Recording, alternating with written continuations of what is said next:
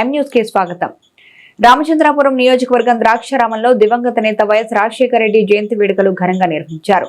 ముఖ్య అతిథిగా నియోజకవర్గ ఇన్ఛార్జి పిల్లి సూర్యప్రకాష్ విచ్చేశారు. ముందుగా రాజశేఖర రెడ్డి విగ్రహానికి పూలమాలలు వేసి నివాళులు అర్పించిన అనంతరం కేక్ కట్ చేసి స్వీట్లు నాయకులకు కార్యకర్తలకు పంచారు. ఈ సందర్భంగా పిల్లి సూర్యప్రకాష్ మాట్లాడుతూ కూటమి ప్రభుత్వం నెరవేర్చలేని హామీలు ఇచ్చిందంటూ మరో 5 నెలల్లో ప్రభుత్వంపై ప్రజల నుంచి తీవ్ర వ్యతిరేకత వస్తుందన్నారు. వైఎస్ రాజశేఖర రెడ్డి ప్రవేశపెట్టిన పథకాల్లో ముఖ్యంగా ఆరోగ్యశ్రీ చిరస్థాయిగా నిలిచిపోతుందన్నారు.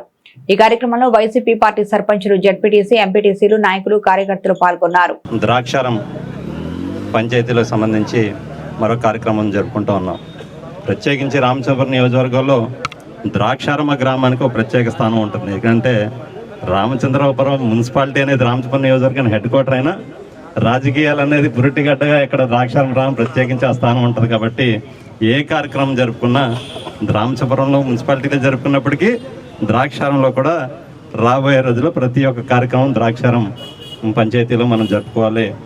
ఈరోజు ఇక్కడ ఉన్న వాళ్ళు చాలామంది, అంటే ఇంచుమించు 100లో దాదాపు 80% అనుకుంటా, 75%, 80% మంది 2000 డాక్టర్ వైఎస్ రాజశేఖర రెడ్డి గారి ప్రభుత్వంలో కానీ ఆనాడు కాంగ్రెస్ పార్టీలు ఉన్నప్పుడు జెండా మోసి రాజశేఖర రెడ్డి గారు ముఖ్యమంత్రి అవ్వాలని కోరుకున్నవారు కానీ ఆనాడు ప్రత్యర్థులుగా పనిచేసినటువంటి, అంటే ఇక్కడ చాలామంది, ఇక్కడ ఉన్నటువంటి చాలామంది ప్రత్యర్థులుగా ఆనాడు రాజశేఖర రెడ్డి గారు ఉన్న వేరే పార్టీల్లో ఉన్నట్టు పనిచేసినారు. కానీ ఈరోజు రాజశేఖర రెడ్డి గారు ఆయన చనిపోయిన తర్వాత ప్రతి ఒక్కరు కూడా ఆయన విగ్రహాన్ని నెలకొల్పేట ప్రతి ఒక్కరు కూడా ఆ కార్యక్రమాలు భాగస్వాములు అయ్యారంటే ఆనాడు ఆయన పరిపాలనలో ఒక్కసారి మనం గమనించుకుంటే ఏ ఒక్క సామాజిక వర్గానికి, ప్రతి ఒక్క సామాజిక వర్గానికి అన్యాయం చేయకుండా ఆయన పరిపాలించిన దాదాపు 5 సంవత్సరాలు మొత్తం కూడా ప్రతి ఒక్క సామాజిక వర్గాన్ని న్యాయం చేసే విధంగా ఆయన పరిపాలన సాగిందంటే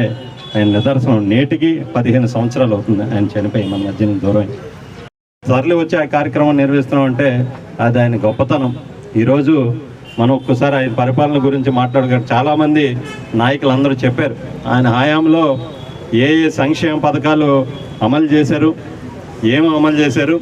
ఫీజు రీఎంబర్స్మెంట్ కానీ, ఆరోగ్యశ్రీ కానీ, రైతులకు ఫ్రీ కరెంట్ అంటే ఉచిత విద్యుత్ కానీ, ఇవన్నీ కూడా సంస్కరణలు తీసుకొచ్చారంటే డాక్టర్ వైఎస్ రాజశేఖర రెడ్డి గారి హయాంలోనే. ఆయన తర్వాత ఆయన ముందు ఎంతోమంది ముఖ్యమంత్రులు చేశారు, ఆయన తర్వాత కూడా ముఖ్యమంత్రిగా చేస్తూ ఉన్నారు. కానీ వారి హయాంలో కూడా ఈ యొక్క సంక్షేమ పథకాలు కొనసాగుతున్నాయంటే ఆయన గొప్పతనం, ఆయన నిదర్శనం. ఈరోజు నాయకుడు అంటే ఎలా ఉండాలి అనేది ఒక ఉదాహరణగా డాక్టర్ వైఎస్ రాజశేఖర రెడ్డి గారు రాజకీయాల్లో ఒక ఉదాహరణ, ఆయన ఒక బ్రాండ్గా నిలిచిపోయారు. ఈరోజు దాదాపు 2009 వైఎస్ఆర్ కాంగ్రెస్ పార్టీ ఆవిర్భాయింది. ఇంచుమించు 15 సంవత్సరాలు సుదీర్ఘంగా మనం మధ్యలో 5 సంవత్సరాలు 2019 వరకు ప్రతిపక్షంలో ఉంటూ రాజశేఖర రెడ్డి గారి స్ఫూర్తిని, ఆశయాలను ముందుకు తీసుకెళ్తూ ప్రజా వ్యతిరేక కార్యక్రమాలను ప్రజల్లో ఎండగడుతూ 2019లో మనం అధికారంలోకి వచ్చాం. అధికారంలోకి వచ్చిన తర్వాత మరింత వారి యొక్క ఆశయాల్ని నిలబెట్టాలన్న ఉద్దేశంతో వైఎస్ జగన్మోహన్ రెడ్డి గారు ముఖ్యమంత్రిగా బాధ్యతలు తీసుకున్న తర్వాత ఆనాడు ప్రతి ఒక్క సంక్షేమ పథకాన్ని ఇక్కడ చాలామంది ఇప్పటికీ నేటికి ఆ ప్రభుత్వంలో ప్రజాప్రతినిధులుగా ఉన్నారు. కాబట్టి ఎలా అమలు చేశామో అనేది నేను ప్రత్యేకించి చెప్పట్లేదు. కానీ ఒక్క పైసా కూడా అవినీతి అనే తావు లేకుండా పేదవాడే అభివృద్ధి చెందాలనే ఉద్దేశంతో ప్రతి ఒక్క సంక్షేమ పథకాన్ని నిరంతరం తూచా తప్పకుండా 2,75,000 కోట్లు దాదాపు గడిచిన 5 సంవత్సరాల్లో సంక్షేమ పథకాలు వెచ్చిచ్చారంటే గడిచిన ప్రభుత్వాలు ఏవి కూడా వైఎస్ జగన్మోహన్ రెడ్డి గారి ప్రభుత్వంలో ఎంత సంక్షేమ పథకాలు ఖర్చు పెట్టినంత ఏ ప్రభుత్వం ఖర్చు పెట్టలేదు. అయినా ఇక్కడ మనం ఒకసారి గమనించుకుంటే 2024 ఎన్నికలకు మనం వెళ్ళాం. ప్రజలు మనకి 11 సీట్లకే పరిమితం చేశారంటే ఎక్కడ లోపం ఉందనేది మనం ఒకసారి గుర్తుంచుకోవాలి. ఈరోజు ఆనాడు రాజశేఖర రెడ్డి గారు ఆనాడు మొదటిసారి ముఖ్యమంత్రి అయిన తర్వాత, రెండోసారి ముఖ్యమంత్రి అయిన తర్వాత కొన్ని సీట్లు తగ్గినాయి, పెరగలేదు. అన్ని సంక్షేమ పథకాలు, అభివృద్ధి కార్యక్రమాలు చేపట్టడం కూడా అప్పటికి ఆయన ఏం చేశారంటే ఇంత అభివృద్ధి చేసాం, ఎంత సంక్షేమం చేసాం, అయినా ప్రజలు మనల్ని పాస్ మార్క్తోనే మనల్ని గెలిపించారు అంటే మనం ఇంకా ఎంత పని చేయాలో అనేది ఒక్కసారి ప్రతి ఒక్క ప్రజాప్రతినిధిని ఆలోచించుకోవాలని ఆ రోజు ఆనాడు ప్రతి ఒక్కరిని ఉద్దేశించి ఆనాడు చెప్పిన సందర్భాలు ఉన్నాయి. ఈరోజు అదే విధంగా మనం కూడా అనేక సంక్షేమ పథకాలు ప్రవేశించినప్పటికీ మనం 11 సీట్లకే పరిమితం అయ్యాం. మనం ఎక్కడ తప్పు చేసాం, ఏం తప్పు చేసాం, రాబోయే రోజుల్లో ప్రజల్లోకి మరింత ఏ విధంగా వెళ్ళాలి అనేది మనం అందరం కూడా ఆలోచించుకుని మరొకసారి ఇంకా సమయం నుంచి 11 సీట్లు అంటే ఆనాడు తెలుగుదేశం పార్టీకి 23 సీట్లు వచ్చినాయి. అయినా కూడా ఎక్కడ కుంగిపోలేదు, మనం కూడా ఎక్కడ కుంగిపోకూడదు. ఖచ్చితంగా నేనైతే బలంగా నమ్ముతున్నాను. ఈ ప్రభుత్వం మహా అయితే 6 నెలల కన్నా ఎక్కువ పనిచేసే సందర్భాలు కూడా లేవు.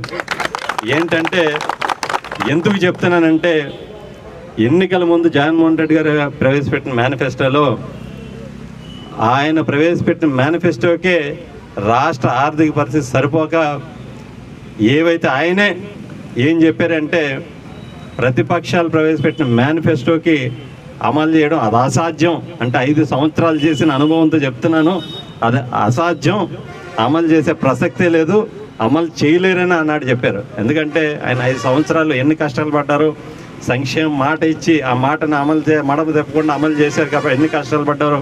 ఒక పక్క రాష్ట్ర ఆర్థిక పరిస్థితి ఎంత బాగాలేదని అందరూ తెలుసు కాబట్టి ఆయన అన్ని దృష్టిలో ఉంచుకుని అని చెప్పారు. సంక్షేమ పథకాలు ఇంకా 5 సంవత్సరాలు కొనసాగించాలంటే నాకైతే అనుమానమే. అయినా ప్రభుత్వం ఏర్పడి ఒక నెల రోజులు అయింది కాబట్టి కొంత సమయం ఇవ్వాల్సిన బాధ్యత ప్రతి ఒక్కరిపై ఉంది. సమయం ఇద్దాం. ఖచ్చితంగా 2-3 నెలల తర్వాత ఏవైతే సంక్షేమ పథకాలు అమలు చేయలేదో ప్రజల్లోకి తీసుకెళ్లాల్సిన బాధ్యత ఇక్కడ ఉన్నటువంటి ప్రతి వైఎస్ఆర్ కాంగ్రెస్ పార్టీ నాయకులది, కార్యకర్తలది అనే సందర్భంగా చేస్తూ మేనిఫెస్టోని ప్రజల్లో ఏవైతే హామీలు ఇచ్చారో ప్రజల్లోకి తీసుకెళ్ళి అక్కడే ఎండగడదాం. ఏ ఇబ్బంది ఏం లేదు. చాలా సంతోషం.